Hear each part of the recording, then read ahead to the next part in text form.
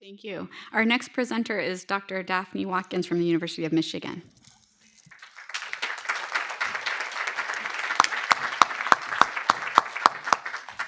Oh boy, we have some tough acts to follow this morning. Do you think? Girl? Good morning, everyone. So, I dream a world where the witnesses to Black male pain are brave enough to speak up and act on their behalf. So, not too long ago, I read a book by Bell Hooks. It's called Where We Stand. And if you've ever read this book before, you know that it's about the US class system. And it's hard to talk about the US class system without seeing just sprinkles of race and gender with every turn of the page in this book. And for example, there's a section in the book where Bell Hooks says, "I am a witness to male pain."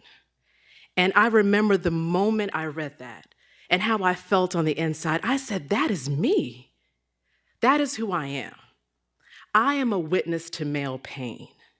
And not just any male pain, but Black male pain.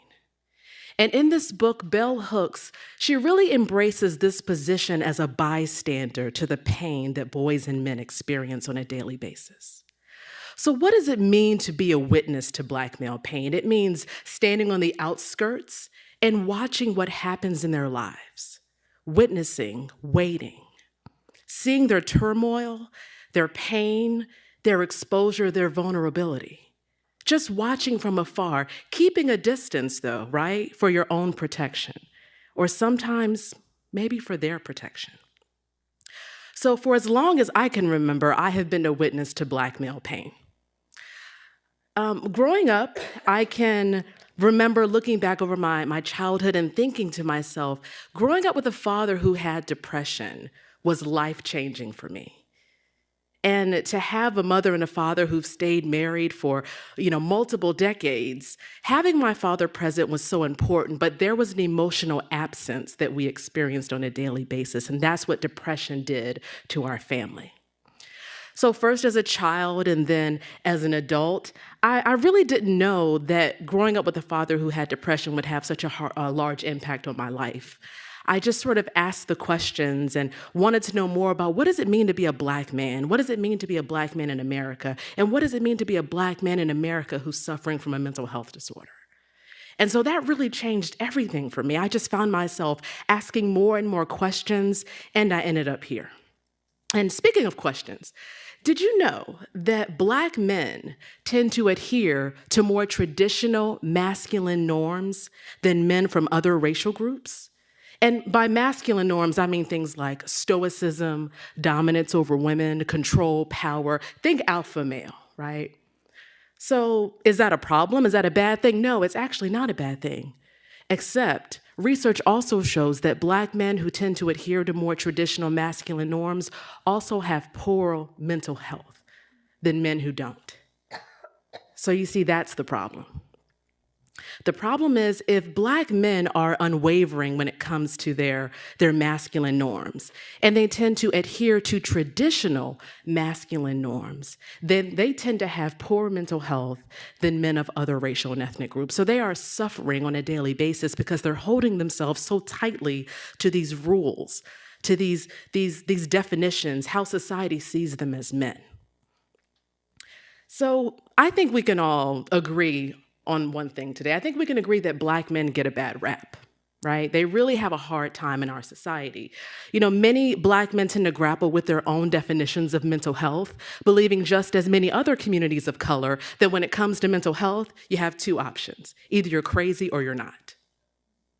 Now, that can be tough. That can be confusing and challenging for Black men because if they experience an emotion that falls outside of those two options, that leaves them even more confused.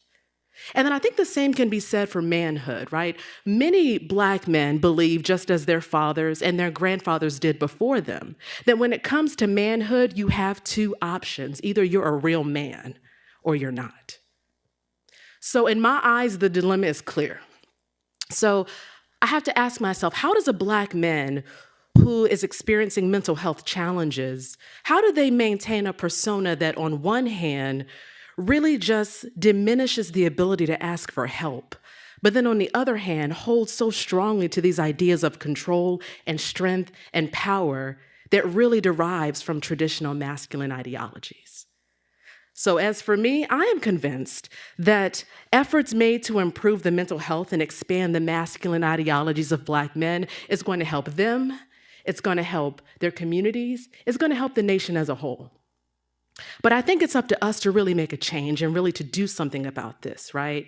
There is a need for more settings where Black men can come together and they can talk with each other and they can disentangle what's happening in the world around them with regard to mental health, masculinity, and I would even add social support. So I can say that as a witness to Black male pain, I owe it to Black men to not stand in the shadows.